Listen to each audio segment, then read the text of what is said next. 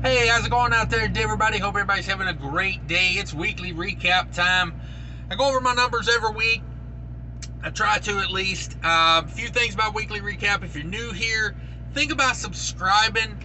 If you make it to the end, give me a thumbs up. And if you know somebody wants to be an owner-operator, share this with them, please.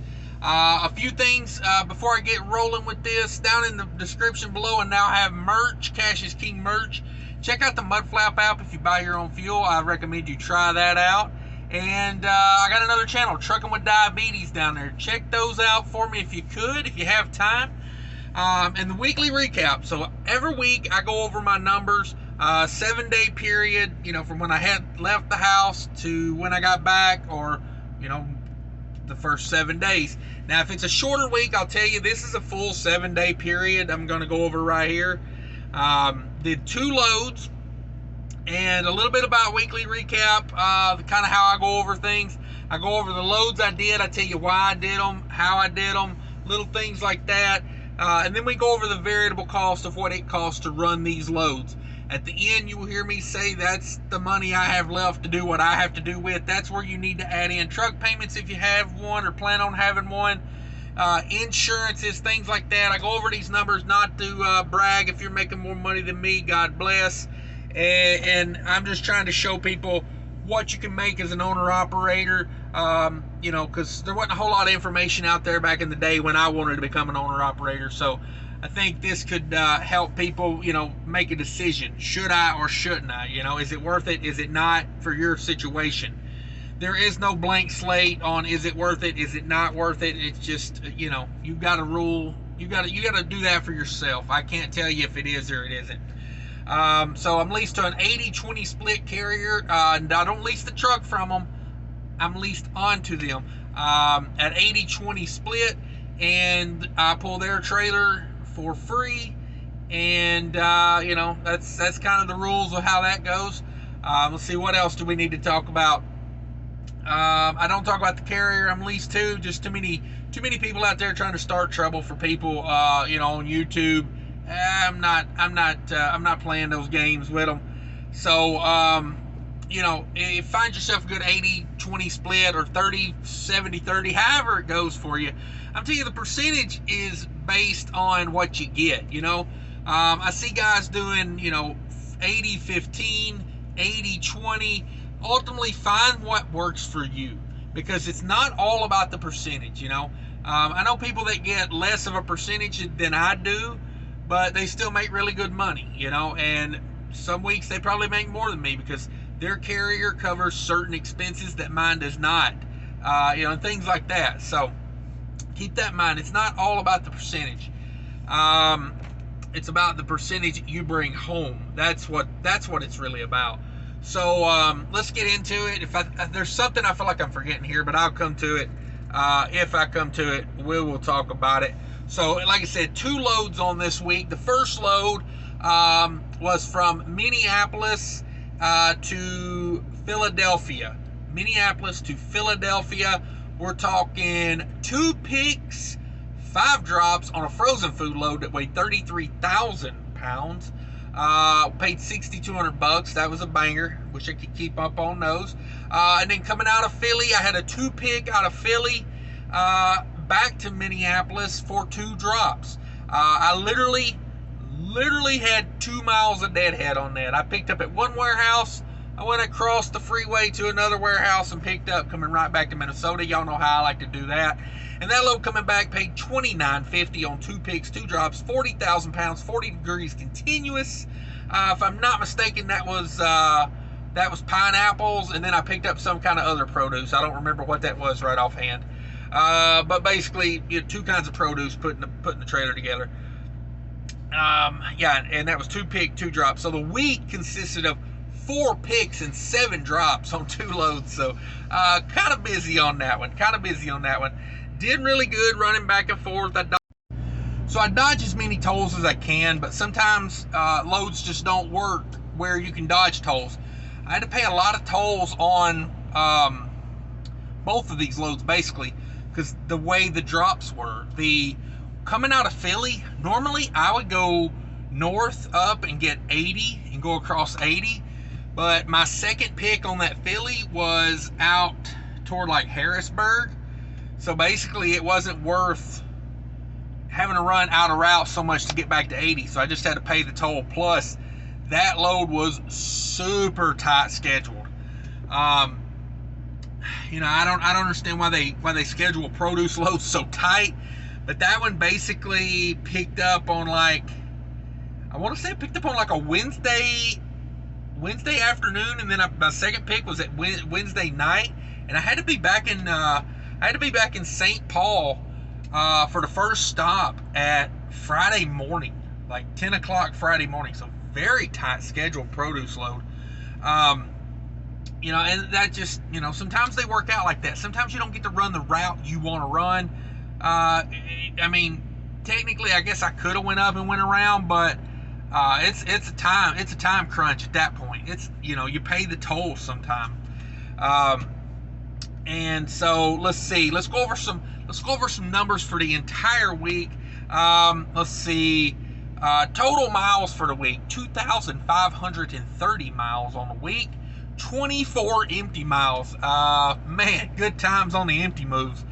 Loaded miles were 2,506. 1% deadhead. 1% deadhead for the week.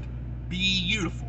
The first load was 22 empty miles, and the second load was, honestly, it was 1.6, but we rounded up to 2, you know, because, you know, I'm generous like that. But 1% deadhead. Total gross revenue for the week, $9,150. I'd like to speak on these big gross numbers real quick. I hear a lot of guys on YouTube saying, oh, well, you know, numbers aren't going to be like this forever, or, you know, like they got some sort of Swami powers, you know. And honestly, a lot of these guys, they've been trucking for 2-3 years. I mean, I don't know, like maybe they do have the Swami powers after 3 years. But I can tell you this, I think inflation's playing a bigger part in the numbers we're seeing right now than just overall, you know, supply and demand. I think that's what we're dealing with. And so if, you know, you're new to the game and you see these numbers, and yeah, they're really good numbers, and they could go down. I'm not saying they won't. Like I'm not on here saying I got Swami powers like a lot of these guys, especially after 2 or 3 years, you know. Just so you know, I've been trucking since 2006, so I've been through more cycles than just one. And honestly, I don't even count 2020 as a rough cycle, because you had the government doing PPP loans, you had deferred payments, deferred insurance. You know what I mean? Like, that wasn't even a rough cycle. A rough cycle was like 2008, 2009, 2010.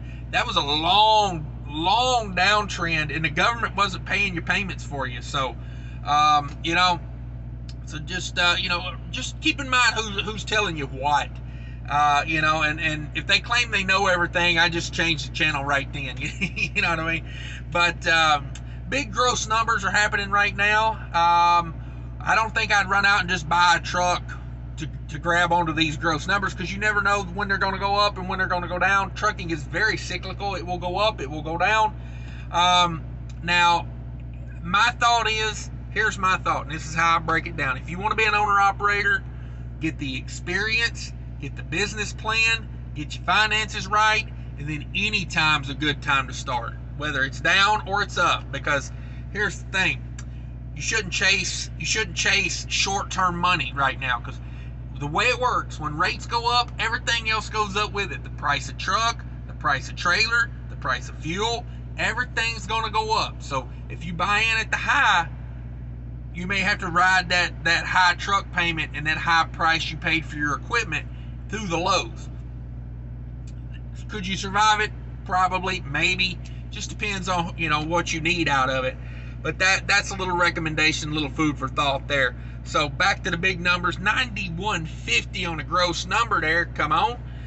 Split that up 80% to 20%. I get the 80%, 7320. 7320 is the 80% cut of that. That is $3.62 for all miles that the truck run to the carrier. Now my 80% is $2.90 of that. I'm going to tell you, most of my career, if I got $2.90 gross I would have been super happy for a week.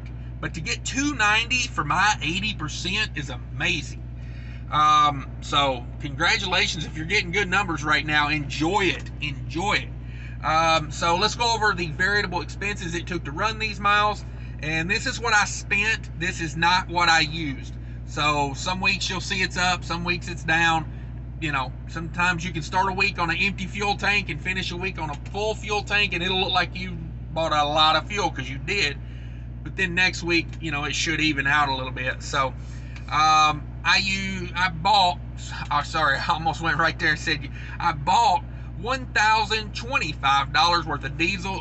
Check out that Mudflap down in the description for real. There's some good savings on there. $1,025 on diesel, $213 on reefer. You know, a multi-stop frozen food load at the beginning of the week really used a lot of reefer. $35 in def, $415 in tolls. I left Pennsylvania and the sign said, "I told you," you know. But that's $415 on tolls there. Total variable cost $1,688. So we bring over the 7320, my 80%. We subtract that $1,688 total variable cost, leaving $5,632 left to do what I have to do with. Another great week. I hope they just keep rolling in like this. This was a lot of logistics. This load wasn't a lot of miles at 2,500 miles for the week. That's not a lot of miles, honestly. This was a logistics week. You know, calling customers, how late you going to be open, because I'm getting loaded now and it's taking forever. You know, that type of thing. Just logistics. Just making sure, you know, the big places I had to go to, like the Cisco's and the Reinhardt's and the places like that. Just making sure my small places I could get worked in between, you know, the first come first serve type of places. So that's why these multi-stops pay more, because you're handling a lot of logistical things. That's just how it is. But anyway, guys, I'm out of here. Thanks for watching, everybody. Like I said, if you've made it this far, hit that thumbs up for me if you could. If you haven't subscribed, think about subscribing. I do a lot of live shows. Come join me on a live show.